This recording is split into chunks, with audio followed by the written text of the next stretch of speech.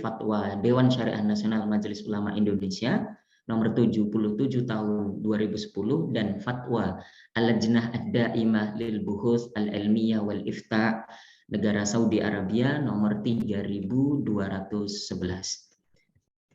Yang menjadi latar belakang permasalahan dari tesis kami ini bahwa kita tahu ekonomi syariah tidak lagi menjadi tren yang kadang muncul kemudian kadang hilang, namun sudah menjadi gaya hidup bagi sebagian masyarakat Indonesia. Nah, sayangnya tren yang semakin meningkat itu juga harus dibarengi dengan seharusnya yaitu keselarasan antara fatwa yang dikeluarkan oleh lembaga-lembaga fatwa. Tetapi pada faktanya justru fatwa yang dihasilkan lembaga-lembaga fatwa yang kredibel ini seringkali berbeda dan itu membuat kebingungan di antara masyarakat yang mulai euforia, semangat untuk berekonomi syariahnya itu semakin meningkat. Salah satunya yang menjadi perbedaan adalah di dalam fatwa terkait jual beli emas. Ya, sebelum ke sana kita tahu bersama bahwa emas ini salah satu sebagai pilihan investasi terbaik bagi masyarakat kita khususnya di Indonesia karena nilainya yang selalu tumbuh, kemudian aman dari inflasi, kemudian jual belinya fleksibel, mudah dan ditunjang juga dengan pasar terbuka yang tidak dimonopoli oleh satu dua pihak gitu. Maka menurut survei Jakpat ini lembaga survei yang berbasis online di Februari 2021 ada 46% dari responden yang kemudian disurvei ini berinvestasi dalam emas. Nilainya paling banyak dibandingkan investasi yang lainnya, deposito maupun reksadana. Nah, kembali ke permasalahan tadi antara yang dikeluarkan oleh lembaga fatwa ini tidak selalu selaras atau berbeda antara lembaga satu dengan lembaga yang lainnya. Kita bisa buktikan bahwa fatwa dari Lajnah Daimah di Saudi Arabia ini menyebut bahwa penundaan pembayaran emas itu tidak diperkenankan. Artinya tidak boleh jual beli emas secara tidak tunai itu karena emas atau perak atau yang senilai dengannya itu termasuk amwal ribawi yang kemudian harus dipertukarkan dengan nilai yang sama dan juga dalam kondisi kontan atau tunai. Nah, sementara DSN MUI memutuskan sebuah fatwa nomor 77 tahun 2010 tentang jual beli emas secara tidak tunai ini menyebutkan bahwa jual beli emas secara tidak tunai baik melalui jual beli biasa atau jual beli murabahah itu hukumnya boleh, mubah, jaiz. Ya selama emas tidak menjadi alat tukar yang resmi atau tidak menjadi saman, uang, alat tukar dan lain sebagainya. Ini yang kemudian menarik.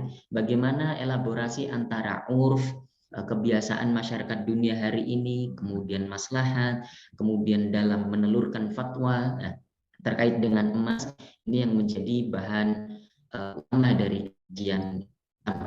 Pada ini Allah saya ingin loncat langsung ke perumusan masalah. Ada 3 yang kemudian kami rumuskan, yaitu yang pertama bagaimana metode DSN MUI menerapkan konsep urf dan maslahah di dalam fatwanya tentang jual beli emas secara tidak tunai ini.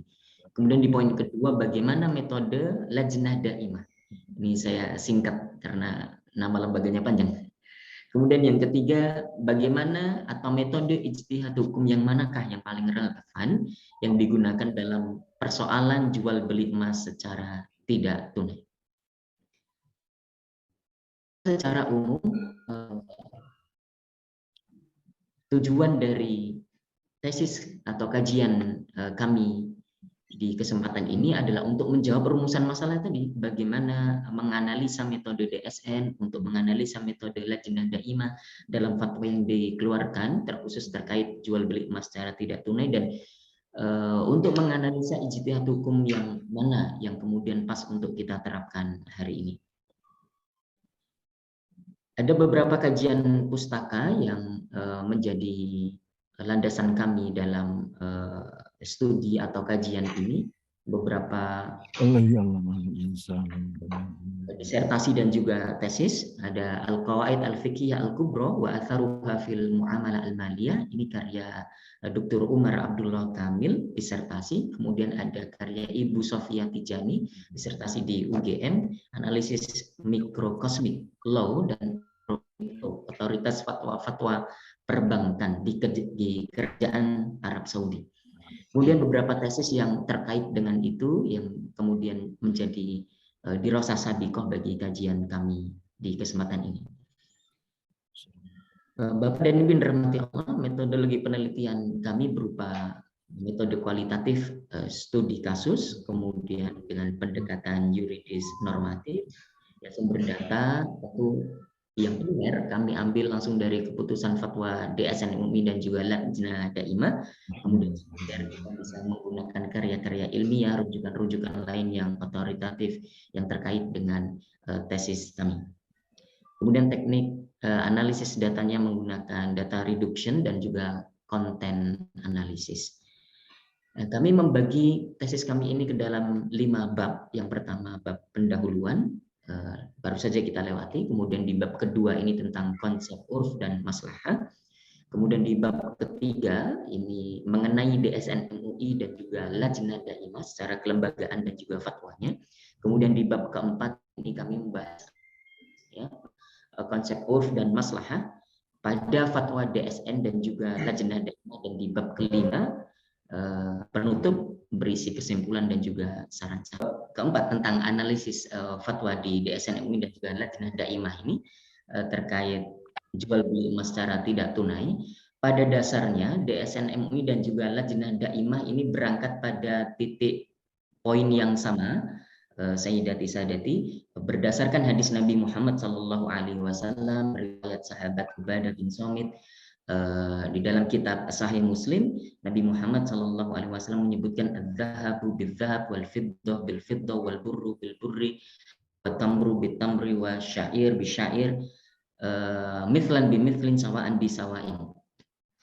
Kalau Anda menukarkan antara emas dan emas, perak dan perak, tepung dengan tepung, gandum dengan gandum, kurma dengan kurma, harus setara dan juga dalam kondisi yang kontan atau tunai ya dan biadin. Nah, para ulama mengenal tadi aset atau amwal yang kemudian tadi disebutkan itu menjadi amwal ribawiyah karena berpotensi adanya riba kalau tidak kemudian dipertukarkan secara setara atau kontan. Nah, dari poin pertama ini sama antara DSN MUI dan juga Lajnah Daimah. Kemudian DSN dan Lajnah Daimah juga sama-sama sepakat bahwa amwal ribawiyah atau hukum yang terkait dengan amwal ribawiyah tadi itu adalah sesuatu yang mu'allalah. Ya, tergantung pada ilatnya. Al-hukmu yaduru ma'a illatihi wujudan wa adaman. Dan hampir-hampir ulama sepakat bahwa yang menjadi ilat dari emas sehingga dia berpotensi riba adalah karena thamaniyah, sebagai harga alat pembayaran maupun sebagai uang. Nah, ini kemudian ilat yang disepakati oleh para ulama terkait dengan wurudu al-hadis di masa itu. Kemudian kita juga sama-sama sepakat soal definisi uang, ya, dan juga uang itu baru dianggap sebagai uang jika urf atau kebiasaan masyarakat itu mendukungnya, begitu. Nah, dari poin ini masih sama antara DSN MUI dan juga Lajnah Daimah. Yang kemudian membedakan atau yang kemudian nanti mempengaruhi perbedaan fatwa adalah hari ini faktanya dunia tidak lagi menjadikan emas sebagai alat tukar atau saman. Nah, hampir di seluruh dunia hari ini tidak ada yang beli ke pasar, beli ke mall itu pakai emas begitu ya. Tapi semuanya pakai uang. Ya, dunia tidak lagi menjadikan emas sebagai saman atau alat tukar. Artinya urf, adat kebiasaan masyarakat ini telah berubah. Nah, karena urf yang telah berubah itu, maka emas menjadi barang atau komoditi biasa. Emas kehilangan samaniyahnya, kehilangan ilat samannya tadi itu.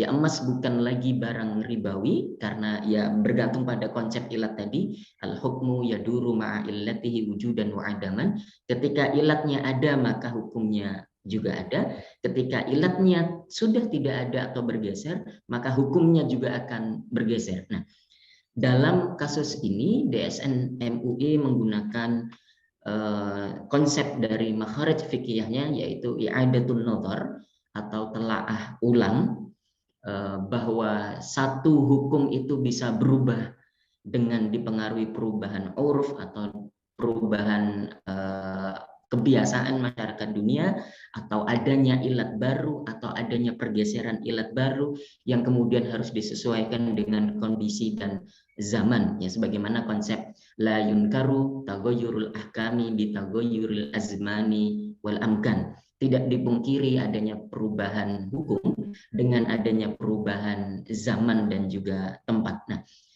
berbeda dengan DSN MUI, Lajnah Daimah, meskipun meyakini bahwa tidak lagi emas itu menjadi alat tukar atau sudah tidak lagi menjadi thaman, tetapi Lajnah Daimah melalui fatwa-fatwanya kiranya tidak kemudian menganggap hilang ilat thamaniyah dalam emas itu.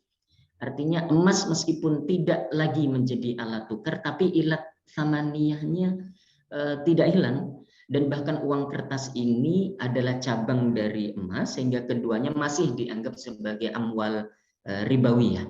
Jadi konsep ilatnya juga masih dipakai karena ilatnya masih ada, sehingga hukumnya juga masih mengikat emas itu kalau dipertukarkan harus setara dan juga harus tunai. Bahkan di salah satu fatwanya di dalam nomor 3211 itu, Lajnah Daimah juga tidak membolehkan syira'uz zahab bil hatif, membeli emas lewat telepon, tidak boleh, karena tidak yadan biyadin, tidak tunai, uangnya belum sampai ke penjual, emasnya juga belum sampai di tangan pembeli. Jadi tidak boleh membeli emas lewat telepon atau mungkin media sosial lainnya, begitu, harus ketemu langsung antara pembeli dan penjual karena agar bisa tunai yadan biyadin. Nah, saya kira itu yang menjadi poin penting perbedaan antara DSN MUI dan juga Lajnah Daimah ini. Artinya DSN MUI menggunakan pendekatan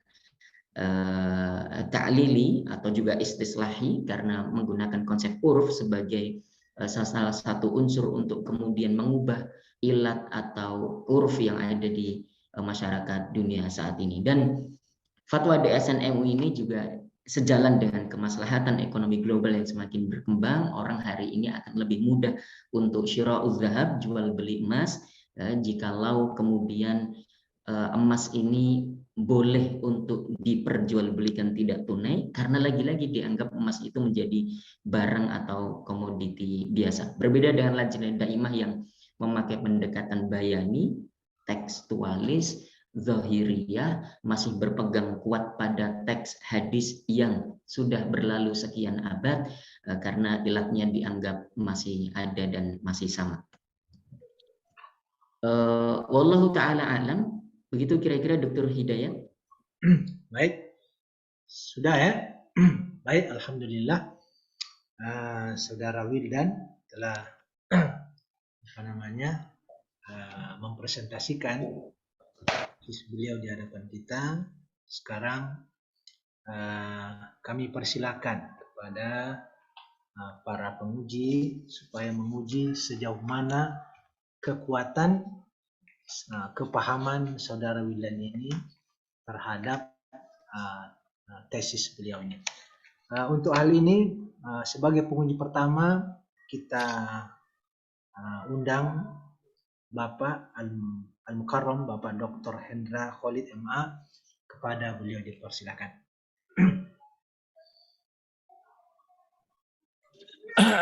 Baik, terima kasih yang saya hormati Bapak Profesor Abdul Wahab kita bersama, dan juga ada Pak Warek, Pak K. Daud, ada Pak Dr. Haji Hidayat, prodi kita, dan Bapak Ibu sekalian, para dosen dan mahasiswa yang saya hormati. Wabil khusus Ustadz Wildan Jauhari, Syekh Ustadz. Khairin walhamdulillah Ustaz Dr. Hendra. Saya senang dengan mahasiswa-mahasiswa ada terutama yang konsen di bidang fikih. Ustaz Wildan ini konsen di rumah fikih ya. Dengan Ustaz ada Syafri. Nah, semestinya kalau Ustaz Syafri kemarin ada ihtiyat wal maslahat ya. Semestinya juga ditambah juga ya. Ini ihtiyat atau maslahat kira-kira gitu. Jadi secara itu saya. Baik, pertama saya apa sih dasar yang paling menarik? Karena saya jual emas juga ini, tapi tunai ya, saya jual emas dinar ya, macamnya banyak. Apa kira-kira yang menarik kira-kira? Kenapa Ustadz tertarik dengan ini kira-kira? Apa karena perbedaan antara dua fatwa yang berbeda atau gimana?